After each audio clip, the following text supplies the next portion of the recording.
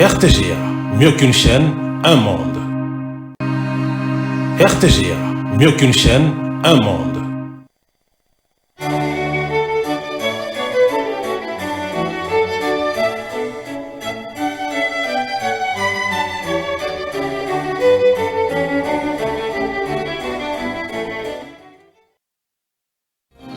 Ce journal vous est offert par Tango Protection. Illico Cash, ma banque mobile.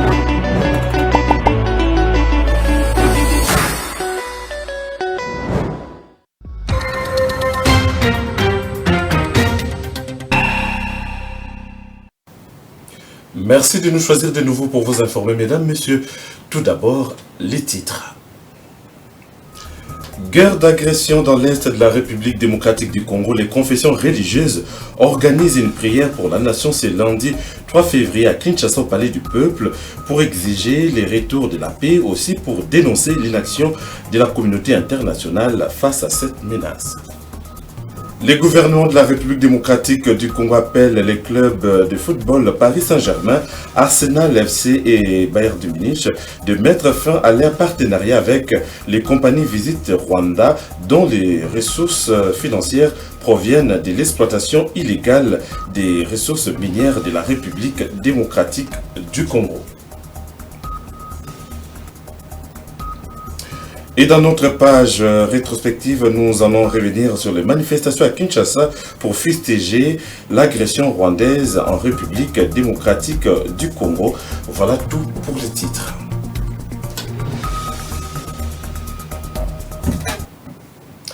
Je le disais, les confessions religieuses de la République démocratique du Congo vont tenir ce lundi 3 février une grande journée de prière à l'esplanade du Palais du Peuple de Kinshasa pour le retour de la paix dans l'Est de la RDC. Les confessions religieuses condamnent en même temps l'agression rwandaise au Nord Kivu et l'inaction de la communauté internationale, tout en rappelant les forces politiques, toutes tendances confondues, d'être derrière le chef de l'État, les FARDC et les Wazalendo pour vaincre l'ennemi. Suivez les pasteurs Ejiba Yamapia, président des églises des réveils du Congo. En ce moment, nous nous tournons vers Dieu afin qu'il donne la force aux FARDC et Wazalendo pour conquérir notre territoire et bouter dehors les agresseurs et les forces d'occupation. Voilà pourquoi, après avoir scruté les signes des temps, actuels et à venir conformément à la volonté de Dieu, et en signe de soutien à nos forces armées et aux combattants Wazalendo, engagés à défendre notre pays dans la partie orientale face à l'agression injustifiée de l'armée rwandaise et ses supplétifs du M23 et AFC, nous vous invitons, peuple de Dieu, imams, prêtres, abbés, leaders de communautés, églises, plateformes et ministères, pasteurs, évangélistes, apôtres, prophètes, docteurs, serviteurs et servantes, évêques, archevêques, chrétiens et croyants à prendre part à la grande journée de prière prévue ce lundi 3 février à 8 heures du matin à l'esplanade du Palais du Peuple. Nous vous prions de partager cet appel à la prière dans vos prêches.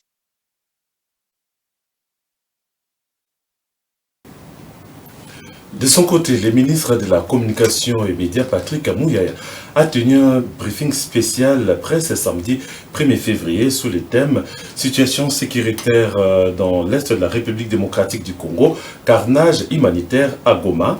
Il était accompagné de son collègue de la santé publique, Roger Kamba. D'après les porte-parole du gouvernement, ce combat s'est fait dans 6 fronts, à savoir militaire, diplomatique, juridique, économique et spirituel, ainsi que médiatique.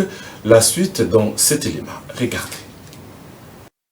S'il faut parler du bilan de ces cas et les carnages à Goma perpétrés par des troupes rwandaises et rébellion 23, il faut savoir que des premières conséquences de toute barbarie, c'est la santé, a fait savoir les porte-parole du gouvernement Patrick Mouyaya. Cette crise vient aggraver la crise sanitaire dans cette partie du pays. Le nombre des malades vient de s'aggraver En 4 jours de carnage, 773 décès enregistrés dans les morgues et 2880 blessés recensés dans les structures de soins. D'après le ministre de la Santé publique, Roger Samuel Kamba, quand vous donnez le sang, vous sauvez un militaire et vous lui permettez de retourner au front.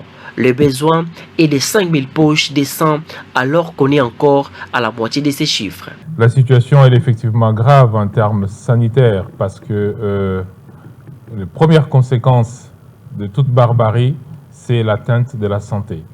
Aussi bien la santé physique que la santé mentale. Et en l'occurrence, dans notre pays où le système de santé est déjà confronté à beaucoup d'autres urgences, eh bien, cette crise vient aggraver ces urgences.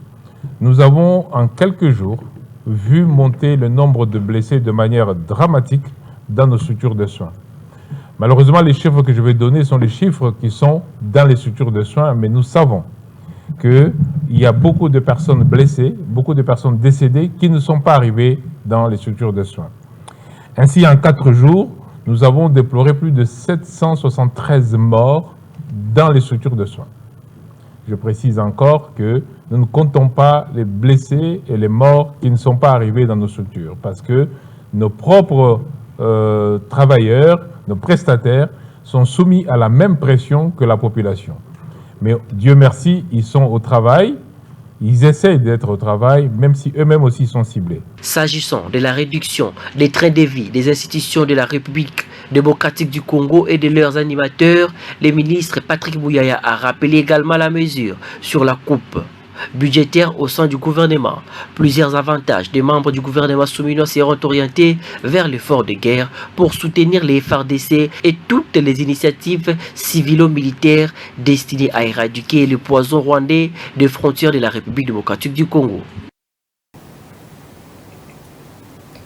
Comment communiquer pendant cette période de crise dans la partie orientale de la République démocratique du Congo dans le ministère? Eh bien, cette question était au menu des échanges entre le ministre de la Communication et Médias et porte-parole du gouvernement, Patrick Mouyaya, et les conseillers des presses de tous les ministères du gouvernement soumis le samedi 1er janvier à Kinshasa. André Koma pour plus de détails.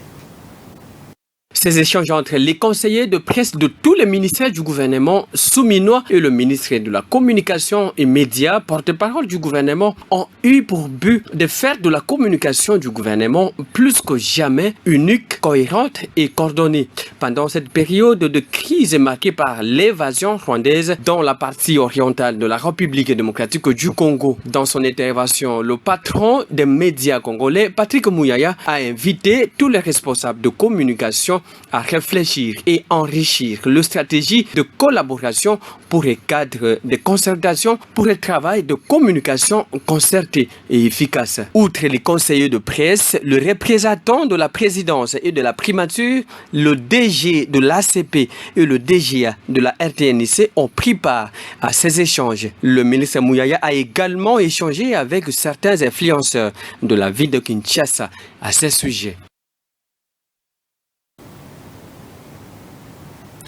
Les députés européens Thierry Mariani fustigent l'attitude du Parlement européen sur la situation sécuritaire qui prévaut au nord Kivu, causée par l'agression rwandaise. Cet élu français appelle à des sanctions contre le Rwanda impliqué dans la déstabilisation de la République démocratique du Congo, comme c'est le cas pour la Russie qui agresse l'Ukraine. Je vous propose de suivre ces commentaires. Monsieur Mariani, vous avez la parole. Monsieur Borksman, qu'est-ce qu'on attend? Mais qu'est-ce qu'on attend? Je veux dire, l'heure est plus aux commentaires. Vous avez fait un diagnostic qui est vrai. On sait qui est le responsable. On sait aussi que c'est le Rwanda. On sait aussi qu'on a une part de responsabilité avec cet accord qui est dénoncé par mes collègues sur les matières premières qui sont pillées dans l'État voisin en RDC. Même Madame Votman est intervenue dans ce sens comme moi à plusieurs reprises pour dire il faut mettre fin à cet accord, il faut que cet accord soit vérifié. Donc les combats n'ont pas commencé il y a 3 semaines. Les combats ont commencé depuis des années, on le sait tous. Et malheureusement, on se rend complice, l'Union européenne, en ne remettant pas en cause de cet accord, de receleur. Qu'est-ce qu'on attend pour dénoncer effectivement cet accord? Qu'est-ce qu'on attend pour prendre des sanctions? Quand il y a eu l'agression de l'Ukraine, on a su réagir en 24 heures. Est-ce que la vie d'un Congolais, ça compte moins que la vie d'un Ukrainien? Qu'est-ce qu'on attend une fois de plus? Voilà ce qu'a proposé Madame la Présidente, à savoir la suspension de cet accord, la suspension de l'aide. Vous avez dit nous devons nous préparer à prendre des sanctions. Non, nous devons agir. Voilà. Vous en comptez agir quand? Dans 1 mois, dans 2 mois, quand il y aura eu encore des milliers de morts? La République démocratique du Congo, à travers son ministère des Affaires étrangères, a adressé ce dimanche 2 février une lettre à Arsenal FC, au Paris Saint-Germain et FC Bayern de Munich, leur demandant de mettre fin à leur partenariat avec le Rwanda, attaché du sang après l'occupation de vastes régions de l'Est de la République démocratique du Congo par des troupes rwandaises. Des accords visite Rwanda pourraient être financés par l'exploitation illégale des minéraux de sang dans les zones occupées de la République démocratique du Congo. Dieu merci, Diaka nous en parle. Si ce n'est pour votre propre conscience, faites-le pour les victimes de l'agression rwandaise à l'est de la République démocratique du Congo. C'est par cette interpellation que la ministre congolaise des Affaires étrangères, Thérèse Kaikwamba Wagner, conclut ses lettres adressées aux clubs de football européens qui sont le Paris Saint-Germain, club français, Arsenal en Angleterre et Bayern Munich, avec sa fameuse marque Visite Rwanda floquée dans leurs maillots et leurs installations sportives. Thérèse Kaikwamba invite ainsi les dirigeants de ces clubs de rompre leurs contrats entachés de sang et interroge leur moralité. Des milliers de personnes sont actuellement piégées dans la ville de Goma avec un accès limité à la nourriture, à l'eau et à la sécurité. D'innombrables vies ont été perdues, viols, meurtres et vols. Yeren, votre sponsor, est directement responsable de cette misère, a écrit la chef de la diplomatie congolaise, mettant en avant les derniers rapports des experts des Nations Unies. Ces rapports comme 5+, ces rapports indiquent qu'au moins 150 tonnes de coltan ont été pillées et frauduleusement exportées vers le Rwanda et mélangées à la production locale, marquant la plus grande contamination des chaînes d'approvisionnement en minéraux enregistrées dans la région des Grands Lacs. Les pillages des ressources minières de son territoire par le Rwanda représentent environ un partenariat coûteux avec des clubs de football européens, a fait savoir Thérèse Kaikwamba Wagner. L'agression rwandaise au nord Kivu mobilise la nation, en tout cas derrière les FARDC, les Wazalendo, qui font face aux troupes rwandaises et les rebelles du M23. Au Maniema, une opération de collecte des fonds en faveur des militaires FARDC a été lancée par la société civile locale. Stéphane Kambulanda, président de la société civile, a salué l'implication de la population dans cette cause. Roger Boulinzanzenga. Adhésion à 100% par la population de la ville de Kindu sur l'opération de collecte des fonds décrétée par le président de la société civile Force Vive lors de la marche organisée le jeudi de la semaine écoulée qui avait été la tribune centrale de la ville de Kindu. Et qui soutiennent le pays pour le défendre valablement. C'était le jeudi 30 janvier 2025 et nous avons apprécié l'adhésion massive de toute la population qui s'est mobilisée et qui a abandonné ses activités pour venir en tout cas manifester son ras-le-bol, sa colère. Et à l'occasion, nous avons lancé l'opération de collecte des fonds pour appuyer, soutenir, venir au secours à ces derniers et donc à nos frères qui souffrent à l'Est. Il s'agit là de militaires congolais comme de Wazalendo, ainsi que la population. Et je vous avoue que cette opération a eu l'adhésion totale. À ce jour, nous avons déjà réuni plus de 2000 $ dans moins de 48 heures, parce que les gens sont déterminés à aider. Et ça nous enchante parce que nous ne pensions pas que l'affaire aurait rencontré la volonté de tout le monde.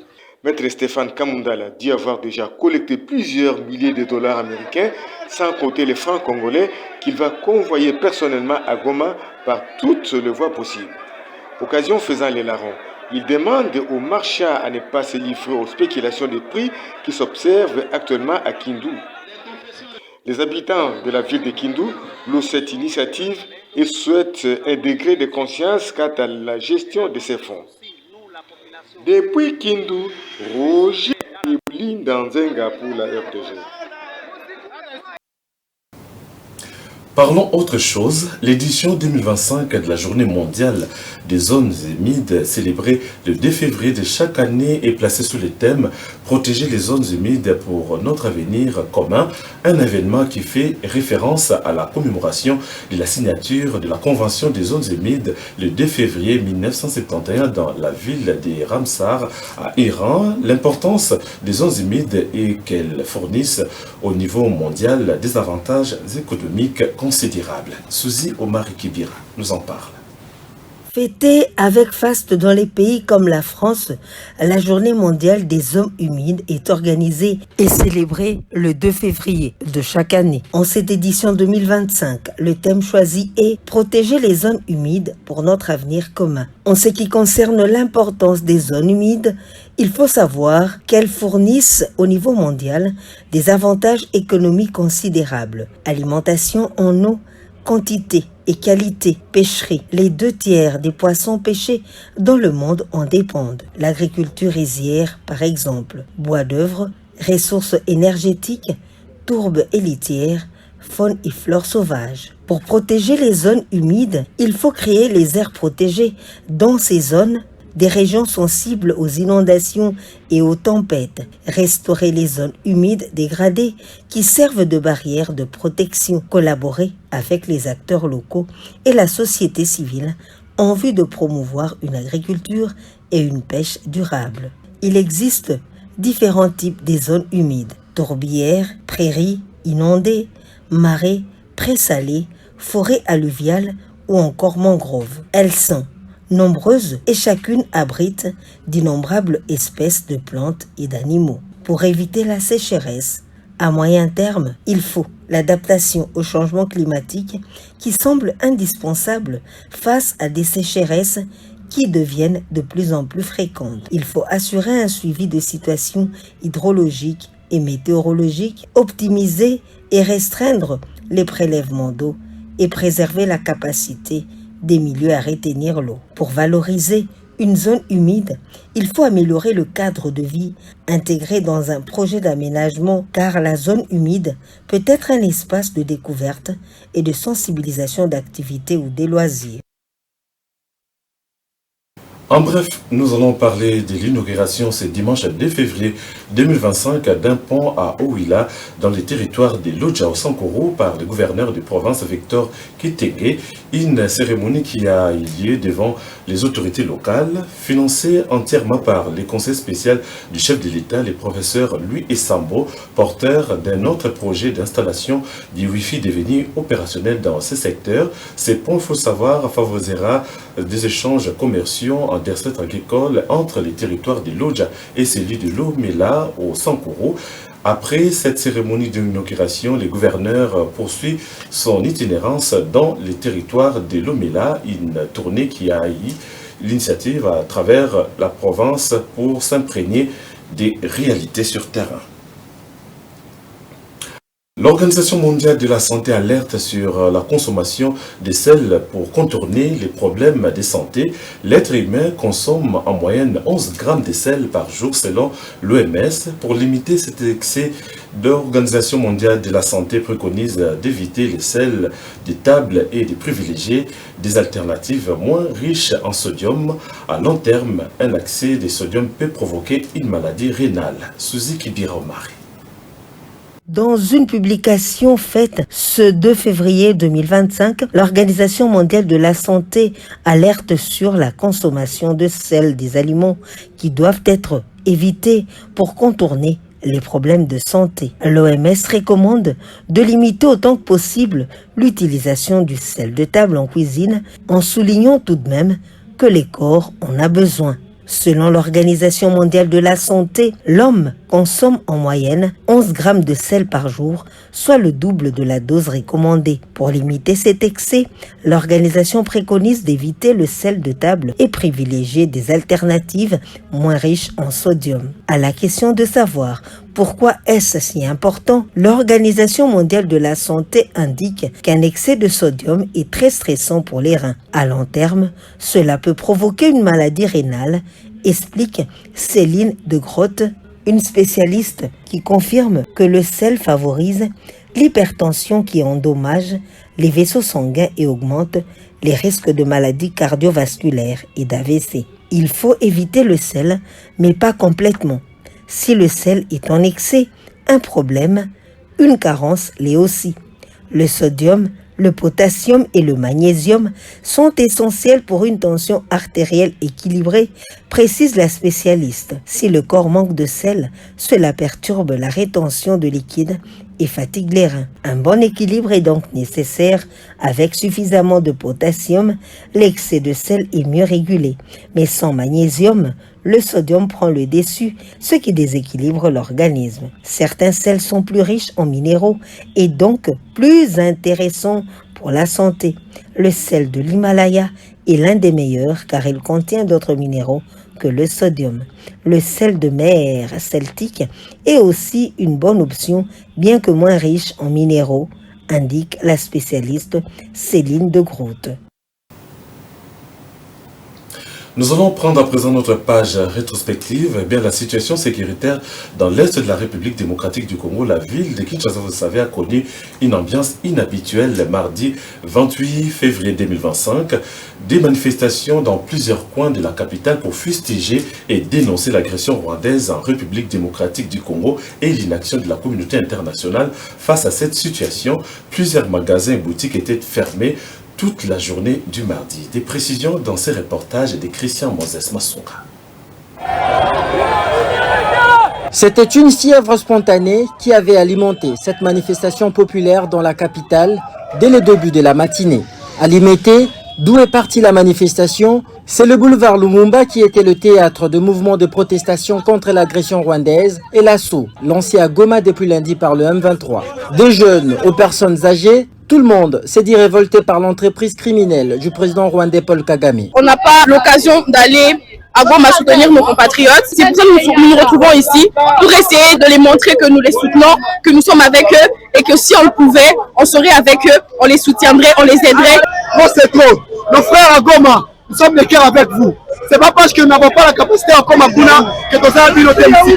En tout cas, des pleurs avec des larmes aux yeux, nous sommes avec vous à Goma. Kagame, ngai omona lokolo langa la Rwanda. Koboma biso likola mabele na biso moko. Tokomi mal à l'aise. Tozangi kimia. Tozoli biso malamu te. Calico et rameaux à la main, eux-mêmes accrochés dans les engins roulants, visages saupoudrés de la cendre de pneus brûlés. C'est dans cette atmosphère tumultueuse que les manifestants ont exprimé leur solidarité à l'endroit de leurs compatriotes de l'Est, confrontés aux affres de guerre. Nous sommes venus d'abord en soutien de Wazalendo et nos frères ADC, mais en même temps en rappelant nos autorités que la situation elle est tellement grave que nous attendons des décisions à la hauteur de la situation de leur part. Au niveau de la première rue, des barricades ont été érigées sur la chaussée par le manifestant. Circulation coupée, taxis et taxibus invisibles. Des véhicules de la police assistent à ces scènes de protestation dans l'attente d'une opportunité pour intervenir. À la 7e rue résidentielle place commerciale, toutes les activités économiques ont été fermées. Devant le siège de l'UDPS à la 12e rue, ce sont les attroupements traditionnels de membres du parti présidentiel qu'on a constatés sur place. Ceux derniers disent être à l'expectative du mot d'ordre de leur hiérarchie avant de se prêter à ces mouvements de protestation. Les Congolais se sont mobilisés depuis hier pour faire face à l'agresseur M23 et son allié Paul Kagame. Lorsque le chef viendra le soir, il va nous donner un mot d'ordre, une ligne de conduite. Nous allons suivre cela. Pour ces manifestants quinois, leur mouvement va se poursuivre jusqu'à ce que la situation de l'Est du pays s'améliore. Voilà comment on brille les drapeaux de Rwanda. Batumbi drapeau à Rwanda. Et à ce sujet, justement, le chef de l'État, Félix Antoine Tshisekedi, s'était adressé à la nation sur la situation sécuritaire dans l'Est de la République démocratique du Congo, confronté à la présence de l'armée rwandaise dans la ville de Goma, chef-lieu de la province du Nord Kivu. Le président congolais qui a condamné l'inaction de la communauté internationale et de l'Union africaine face à l'agression rwandaise a indiqué qu'une riposte rigoureuse et coordonnée contre les terroristes du M23 et l'armée rwandaise est donc en gestation. Suivez le président Félix Tshisekedi. Je voudrais ici interpeller directement la communauté internationale et l'Union africaine. Le Rwanda continue de violer ouvertement et sans scrupule les principes fondamentaux de la Charte des Nations Unies ainsi que les accords régionaux. Pire, Ces agissements se déroulent dans une impunité totale et ce, avec un mépris manifeste des règles internationales et des valeurs que ces institutions sont censées défendre. Cette attitude arrogante, qui ne cherche même plus à masquer ses forfaits, est une provocation inacceptable à l'égard de notre souveraineté et de la stabilité régionale. La présence de milliers de soldats rwandais sur notre sol, leur soutien politique, logistique et militaire à leur pantin du M23, ainsi que leur implication dans l'exploitation illégale de nos ressources naturelles, nous conduisent tout droit à une escalade aux conséquences imprévisibles, mettant en danger toute la région des Grands Lacs. Le peuple congolais prend acte de cette passivité qui frôle la complicité. Soyez sûrs d'une chose, la République démocratique du Congo ne se laissera pas humilier ni écraser. Nous nous battrons et nous triompherons. Congolaises et Congolais, l'heure est certainement grave, mais notre détermination est encore plus inébranlable. Ce moment critique nous offre l'opportunité de montrer au monde ce qui fait notre force, c'est-à-dire notre unité sans laquelle tous nos efforts seraient vains. Je vous appelle à être vigilants, mais à ne pas céder à la haine, aux divisions ou à la violence. Ce journal est terminé. Mesdames et messieurs, avant de nous quitter, je vous rappelle les titres. Guerre d'agression dans l'Est de la République démocratique du Congo. Les confessions religieuses organisent une prière pour la nation ce lundi 3 février à Kinshasa au Palais du Peuple pour exiger les retours de la paix, aussi pour dénoncer l'inaction de la communauté internationale face à cette guerre.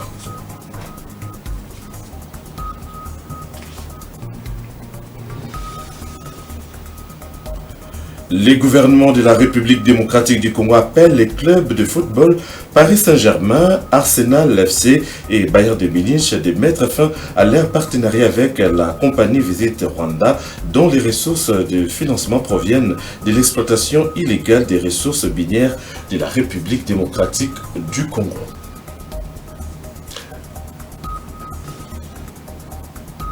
Dans notre page rétrospective, nous avons évoqué les manifestations à Kinshasa le 28 janvier pour fustiger l'agression rwandaise en République démocratique du Congo.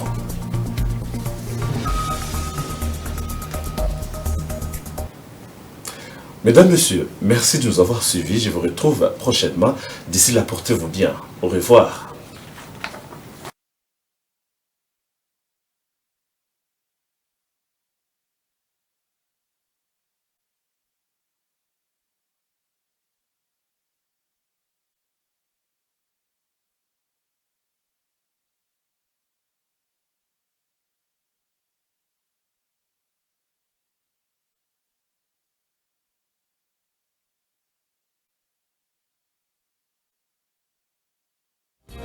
Ce journal vous a été offert par Tango Protection. Illico Cash, ma banque mobile.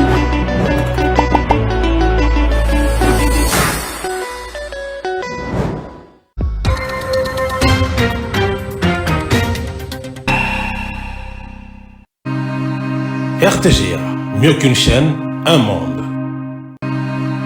RTGA, mieux qu'une chaîne, un monde.